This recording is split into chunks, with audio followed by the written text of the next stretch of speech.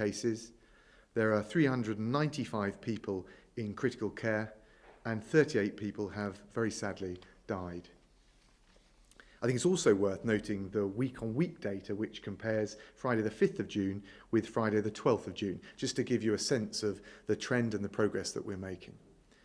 There were, against the 5th of June versus the 12th of June, 109 fewer daily cases. There were 161 fewer patients in critical care in our hospitals, and 155 fewer deaths.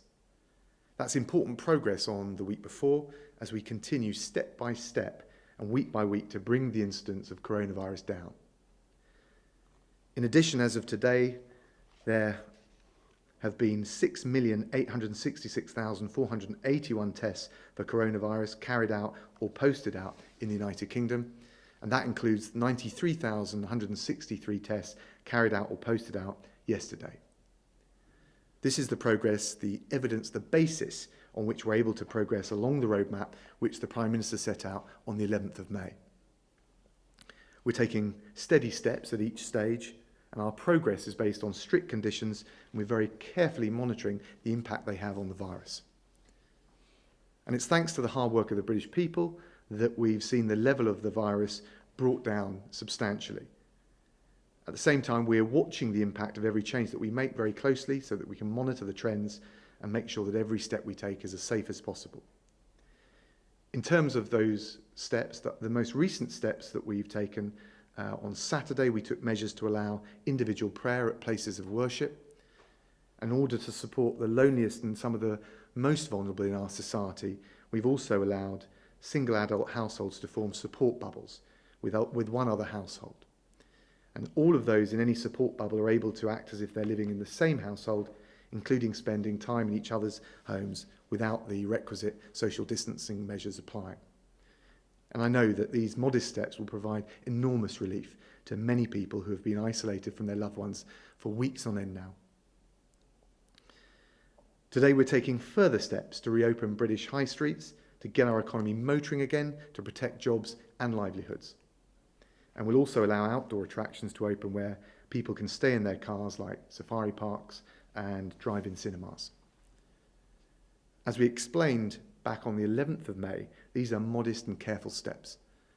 But with each step we take, we can monitor their effect on the transmission of COVID-19 in the country, keep the virus under control as we open up step by step, and build public confidence in the transition that we're making.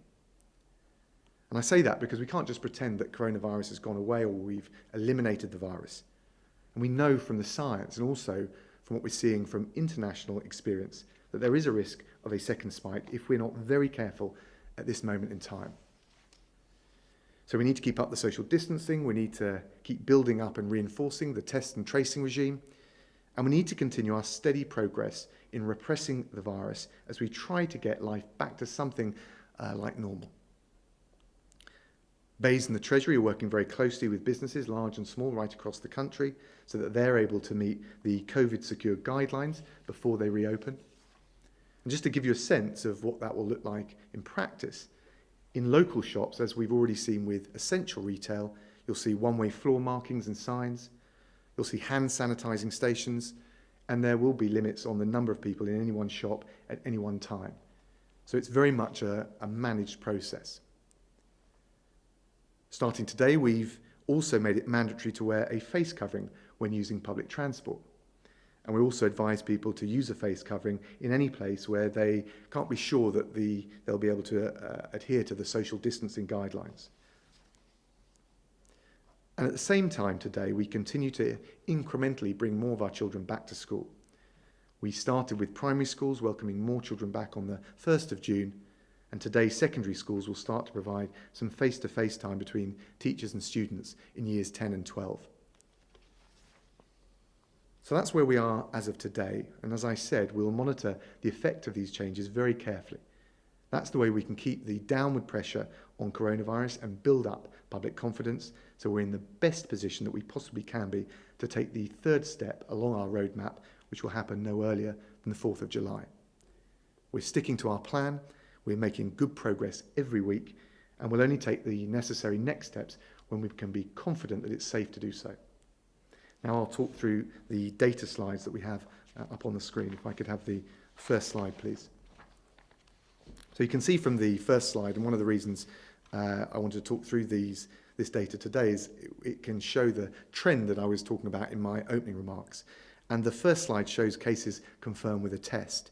So in total, we've got coming close to 7 million tests for coronavirus that have now been carried out or posted out in the UK, and that includes the 93,163 tests carried out or posted out yesterday. We can see also that nearly 300,000 people have tested positive, and that's just over 1,000 cases since yesterday. If I could have the second slide, please. Now, this shows the latest data from our hospitals. You can see that 430 people were admitted to hospital with coronavirus in England, Wales and Northern Ireland on the 12th of June. And that's down from 515 a week earlier and down from a peak of 3,432 back on the 1st of April. So you get a sense of the trend and the progress we're making. 395 COVID-19 patients were in mechanical ventilation beds in the UK on the 12th of June, and that's down from 556 a week earlier and down from a peak of over 3,000 on the 12th of April. If I could have the third slide, please. Now, this shows the regional breakdown for what's happening in our hospitals across the country. There are now 5,507 people in hospitals with coronavirus in the UK. That's down 19% from 6,826 a week ago and down from a peak of over 20,000 on the 12th of April. And as the graph shows, there's some regional variation, but most nations and most regions of the UK are broadly following a pretty similar pattern. And if I could have the final slide, please. Now, this shows the daily figures for those who have very sadly lost their lives after testing positive for coronavirus. And I think the most interesting feature is the yellow line, the 7-day rolling average, which shows that the daily number of deaths currently stands at 163. That's down from a peak of 943 on the 14th of April. So we're not there yet, we're not out of the woods entirely, but we've made steady progress, and that's the basis, that's the evidence on which we could take the further steps that we took today as we come through this transition along the roadmap that the Prime Minister has set out. That's it from the slides. I think we'll now go to some questions, please. I think we've got, first up, Ollie from Newcastle under Lyme. Hi, Ollie.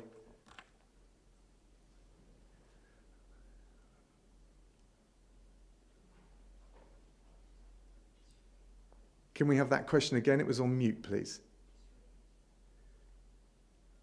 Ollie's asking when the UK's alert level will be at 1 or near to 1. Ollie, it's difficult to say for sure. We know it's down below 1. And the critical thing at this stage is as we open up schools, we open up businesses, is that with our test and trace mechanism, we keep a very close eye to make sure that we're controlling the virus and getting it down. We need to make sure we keep suppressing not just the incidence, but the transmission rate. That's in terms of the R level. And of course, the alert level will follow that. That's decided independently by the Biosecurity Centre, and we'll take their advice on the alert level, but that's not decided by the politicians. Next up, we've got Jude from Eastbourne. And Jude asks, what provision will be put in place for the children of key workers over the summer holidays if the schools won't be open? Our normal plans would be school holiday clubs, grandparents who live out of town, as well as holidays abroad to break up the 7-week summer holiday, and none of those options are currently available. Well, look, I'm sure, Jude, you speak to for a lot of people. We're working with schools. We've provided extra money for some of the programmes that can be provided over the recess period. Thousands of children will also receive extra support through our holiday activities and food programme, but it will be difficult, and we appreciate that there will be more challenges than we would normally have.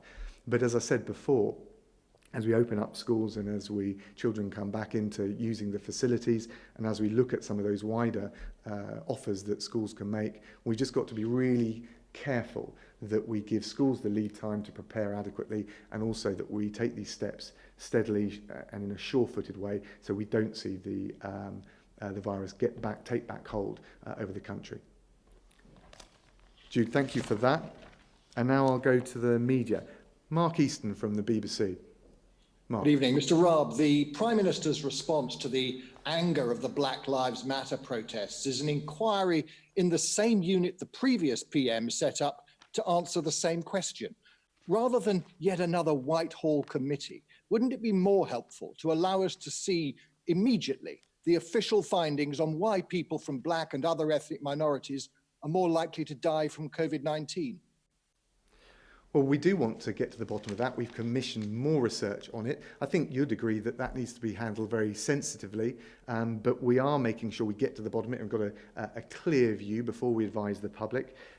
We do also think, and the Prime Minister has said, that it's important to set up the new commission on race and ethnic disparities. We want to affect positive change, and I don't accept that this is yet another review on top of the ones that have gone before. We have made progress. It's not enough. We're still restless to bring further change. But the Prime Minister ran his election campaign on a levelling up agenda. He's been talking about this issue, making sure we've got more equal opportunity right across the country, right across all of our communities since he's been Prime Minister, and indeed since the election campaign. And we have also made progress over the last 10 years. We've got a significant increase in the rates of BAME 18-year-olds going to university. Since 2011, we've seen black pupils now 2.5 times more likely to enter core subjects at GCSE. And we're also acting on the Lammy review into the criminal justice system. So we've made progress, but it is important that we make further progress. And that's why the Prime Minister has set up that new commission. Do you want to come back, Mark, on that? Well, I just wanted to ask you specifically about the details on why it is that Black and minority ethnic people are dying in far greater numbers proportionately than white people. I know it's something that worries an enormous number of people from those communities. There are leaked reports going around. Why are some people allowed to see this stuff and we, and indeed ethnic minorities, are not? Well, Mike, I think you've answered the question yourself. It's not right on a subject this sensitive, where we have not got the bottom of all of the evidence, to start leaking snippets of it out. We want to make sure we've got a clearer understanding so that we can communicate it with practical advice for those involved, precisely because it's a very sensitive issue, and we want to give clear and reassuring guidance and not to have different people saying different things. So we will release as much information as we can, as soon as we practically can. But I think it's also important, people will expect that to come with practical advice. So we'll look at this very sensitively and make sure that once the further detail has been disclosed, we can do so with practical guidance and practical advice, which can give that reassurance. Mark, thanks very much. I'll go to Joel Hills at ITN. Hello there. Mr. Raab, do you agree that the way British Airways is treating its workforce is a national disgrace? Look, we're going through a really challenging time. The government's provided a huge amount of support for businesses, large and small, and I think it's really important that we pull together and have a united team effort. We've seen that with the way the country feels about key workers, NHS staff and care workers, and I think it's incumbent on all businesses and all employers to try and do the very best they can to see to maintain jobs and see employees through. Of course, it's in the last analysis be for individual employers and businesses to take those judgment calls, but we're certainly urging to keep as many of those jobs in place as possible. Did you want to come back on any of that, Joel? I ask, if I could, I mean, it doesn't sound as if you have a view one way or another, but I ask because just over 2 weeks ago, the Prime Minister told MPs on the liaison committee that he is aware of the situation at British Airways, and he said, we are actively looking at what we can do. What is the government going to do? Well, we've done a huge amount already. There's been billions of pounds put into the job retention scheme. We provide direct support for businesses, both large and small. There are loan facilities. There are the furlough scheme, of course, as well. So, I mean, we've taken a range of steps. In terms of the airlines specifically, the Chancellor, of course, is looking very carefully at that. And I can tell you that from the Foreign Office's point of view, we put in £75 million into our charter flight scheme, which is primarily aimed at getting British nationals back from being stranded abroad, and that's something that the airlines, 14 airlines, benefited from as well. Can we just talk about British Airways very specifically? It's a clear question. If you could just answer it, please. What does the government plan to do, if anything, about the situation at British Airways? Joel, as I'm explaining to you very clearly, step by step, ultimately it will be for businesses to decide how they navigate through this challenge. But as I've set out, we've provided a huge amount of support, and I know that the Chancellor and the Treasury are looking very carefully at all of the vulnerable sectors as we come through what is undoubtedly a very difficult time. Joel, thank you very much. Beth Rigby from Sky. Thank you. Secretary of State, on the matter of this new Equality Commission, your colleague Nasrat Ghani said today, we have the data on obstacles, prejudice and inequalities. We just need to crack on with real practical solutions which will have a positive impact. But instead of getting on with it and implementing the 250 recommendations you already have from a clutch of reviews, the PM setting up another commission to report in 6 months' time. Can you understand why that might actually anger Black Lives Matter activists rather than reassure them? And on the issue of the 12-metre rule, Health Minister Ed Argar said in the Commons today, the review into that rule will strike the right balance between public health and business. Is that how the government is now approaching things, as a trade-off between public health and the economy? Yeah, first of all, on the Commission, I think it's about setting a new positive agenda for change. Of course, we look at the work that was done by previous governments, but the Prime Minister's very clear on the direction of travel. We want to make sure we can translate some of the diagnosis of the challenges that we've got with actionable policies. But again, Beth, I just bring you back to as I mentioned earlier, in response to the first question that I took, we've seen a significant increase in rates of BAME 18-year-olds going to university. Since 2011, actually, if you look at children from all ethnic minority backgrounds, they're more likely to take most academic subjects at GCSE than they were before. We've got a big improvement in black pupils entering course subjects at GCSE, even more so in relation to Asian pupils. We are making progress. So I do understand the restlessness for change. I think what the Prime Minister wants to make sure with this Commission is that we can come up with actionable policies, not just a diagnosis of the challenges we face.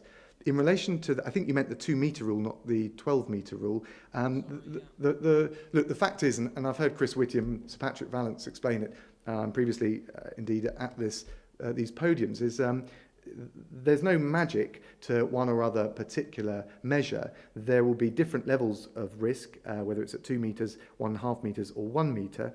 But as we bring the incidence and the transmission rate down, and depending on the setting, it's something that can be looked at. So we're still going to make sure all of the policy judgments that we rightly as politicians take and are accountable for are underpinned by the science. And that's why we've tasked this review to look at it very carefully and to give us some up-to-date practical advice.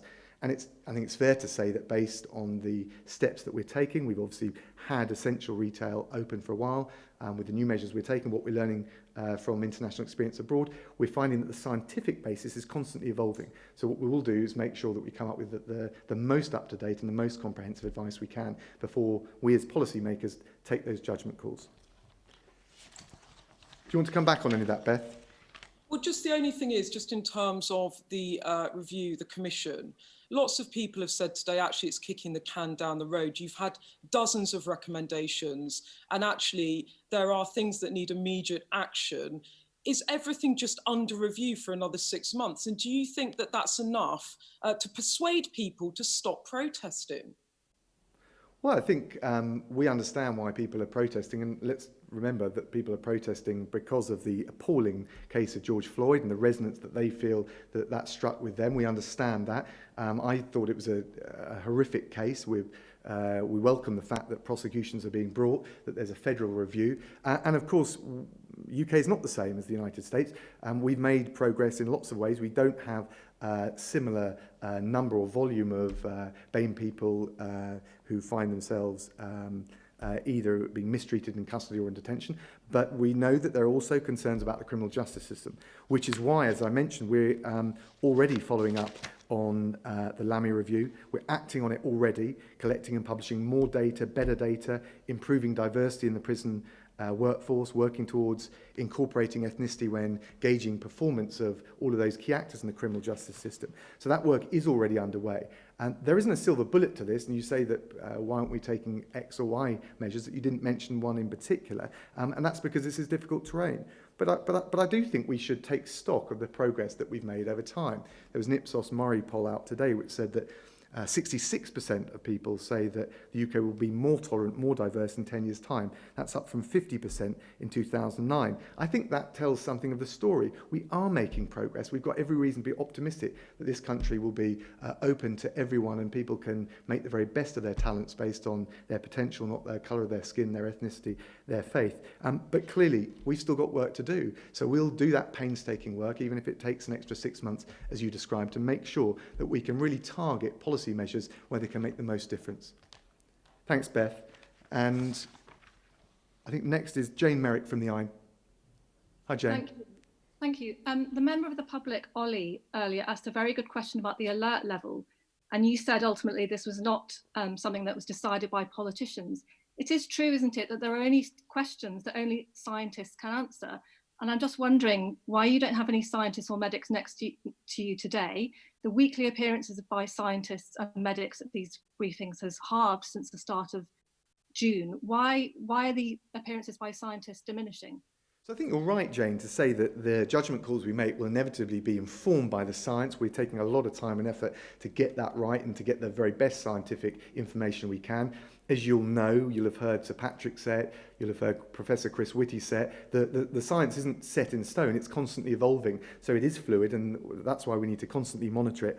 In terms of presence at these press conferences, I mean, scientists and the chief and deputy medical officers will continue to come and attend these press conferences. I think it is also true to say that as we go down the roadmap and we start to talk about the changes we're making, whether it's to businesses or to schools or in other areas, we'll also bring other independent experts along and make sure that we can answer the full range of questions that people have. Jane, do you want to follow up on any of that? Well, yes. I mean, it is quite a sort of a crossroads moment this week. And when we have sort of the shops opening up today, questions about the R value and so on. And do you not think it would be more reassuring to have a medic and a science at these daily briefings, which are still watched by millions of people? And there are some questions that you can't answer because you have to refer to the medics.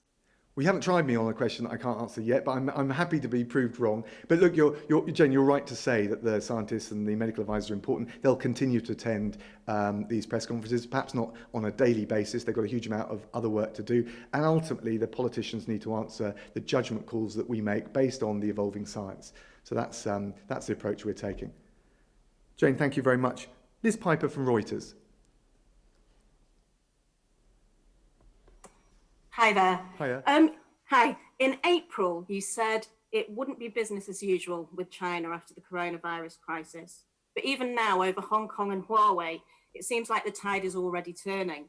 How seriously do you take the warnings from Beijing that China could inflict substantial damage on the British economy? Liz, I'm not sure I answered your question. We said it wouldn't be business as usual. That's partly about our approach and our diplomacy and our international relations with all countries after coronavirus. I don't think it will be business as usual abroad. It's certainly not at home. And look, in relation to China, there is obviously this fresh review on the 5G situation based on the evolving evidence that we've got. And in relation to Hong Kong, I think we've put out a very clear position, which is that if China follows through on this national security law, it would be in conflict, direct conflict, with the undertakings they've made under the Sino UK Joint Declaration of 1984. So it doesn't feel to me like that's, strictly speaking, business as usual.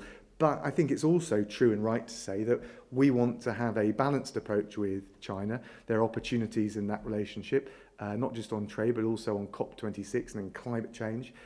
Really important opportunities to shift the dial and work with China and other leading members of the international community on tackling climate change. That's particularly important to us and to the Prime Minister with COP26 scheduled for next year. At the same time, we're going to rigorously and robustly defend all of our values, as we will over Hong Kong, but also key things like infrastructure and other elements of our economy. Liz, do you want to come back on anything particular? If I could, yes, please. I mean, it does seem like there's some kind of reset taking place at the moment, and you're trying to balance security concerns with economic prosperity. But I mean, as we go forward, what would you say to HSBC that has basically supported China's new security law in Hong Kong? And when will we actually see the results of the Huawei review? Well, the review will be ready when it's we've got the full data back from the people that are conducting it, and NSC will need to look at it again. In relation to HSBC, look, ultimately businesses will make their own judgment calls, but let me just put it this way: we will not sacrifice the people of Hong Kong over the altar of banker bonuses. And we've made a historic commitment to the people of Hong Kong to protect their autonomy and to protect their freedoms, and more importantly, so has China. So we will hold them to those responsibilities, and I'll let businesses and banks make their own judgment call. But for us, this is a point of principle, and I think it's right we live up to our historic responsibilities, and we stick up for the people and stand up for the people of Hong Kong at this very sensitive time. As you'll know, this isn't a foregone conclusion. China can step back from the brink, and we urge them to do so. And I've spoken to my Chinese opposite number, State Councillor, Foreign Minister Wang Yi, and we had a perfectly reasonable discussion, but we've made it very clear our position. Thanks, Liz. Mark Andrews from the Shropshire Star. Mark. Good evening, Foreign Secretary. Our local MP, Owen Paterson, has said that getting the 2-metre rule down to 1 metre is essential to kickstart our tourism and hospitality industries. I believe that when the Prime Minister announced the review recently, he said that the decision will be made, which it depends on the figures getting down enough. What precisely does this mean? What targets will need to be set, and how close are we to reaching them? Yeah, thank you very much. Look, you're right, the Prime Minister's commissioned a comprehensive review of the 2-metre rule. It will look at how it works in practice, the scientific evidence. We'll try and learn as much as we can from the international experience, which differs, of course. And in the meantime, I think our message is, as shops reopen, it is very important, and with the minority of scenes that we've seen today, it's important to emphasise that people must continue to keep 2 metres apart wherever possible and follow our stay alert guidance. We expect the review to be completed within the coming weeks, and we'll be able to say more then. What are the specific targets? What is there a specific measure you've got in mind, and what reassurances can you give to people in the hospitality industry who are concerned that also with the quarantine policies in place and the restrictions on the Welsh border? What assurances can you give to people in the hospitality industry that they will be able to reopen? Well, look, we've always said, I think, that in terms of bars, restaurants and others in the hospitality sector, we would look at taking further measures. If you look back at the roadmap on the 11th of May, we said that at the earliest, the 4th of July. So the review of the 2-metre rule will inform that. But we want to get those bars, restaurants, all of those small businesses up and running as soon as we can do so, but it's got to be done in a safe and responsible way. So we do need to have the review, we do need to look at the latest evidence, we need to make sure we're gauging the progress that we've made. As I set out in the slides today, we've seen progress across pretty much the entire UK, across all regions, across all the nations, in getting a hold of the virus, bringing it down. If that continues, if we find that the measures that we've already taken, including today, can be done in a careful way, that we don't see the virus spike back up again, I think we'll be in the strongest position to give relief and reassurance to the hospitality sector.